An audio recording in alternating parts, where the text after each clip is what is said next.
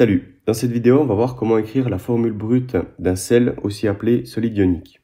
Donc pour rappel, la formule brute, on va toujours l'écrire sous la forme le cation, qui donc est chargé positivement, suivi de l'anion qui est chargé négativement. Et la charge plus du cation doit se compenser avec celle de l'anion, de sorte à former quelque chose qui est neutre en charge.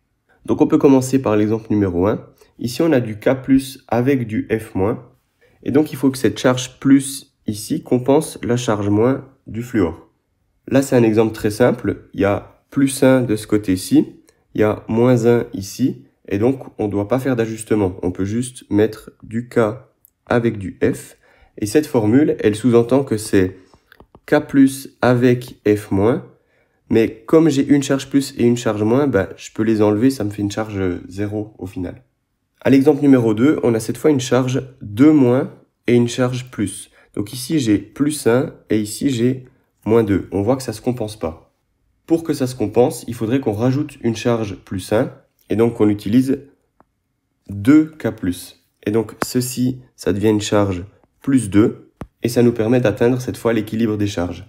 Et donc on peut écrire notre sel sous la forme K2S. Et ça sous-entend du K+ que je prends 2 fois et du soufre qui ensemble, du soufre 2- qui ensemble se compensent. On continue avec l'exemple numéro 3. Cette fois, c'est la même idée, mais on a une charge 2- et une charge 3+. Donc il faut savoir combien il faut de chaque espèce pour que les charges se compensent. Ici, on voit que si on prend 2 fer, on aura une charge de plus 6. Et si on prend 3 oxygènes, on aura une charge de moins 6. Et donc ces charges se compensent, plus 6 moins 6, ça donne 0. Et notre sel, c'est Fe2O3.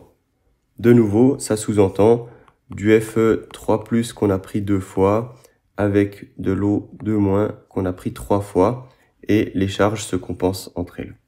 Pour ces deux exemples de droite, on a maintenant ce qu'on appelle des ions polyatomiques. C'est des espèces comme ça, où il y a plusieurs atomes. Ici, on a 5 atomes, 4 d'oxygène et 1 de phosphore, qui tous se complexent entre eux à une charge 3-. Donc ici, c'est pas un atome spécifique qui est chargé comme avant, on avait le fluor ou le soufre ou l'oxygène. Cette fois, c'est tout ce PO4 qui est chargé 3- et qui est notre anion.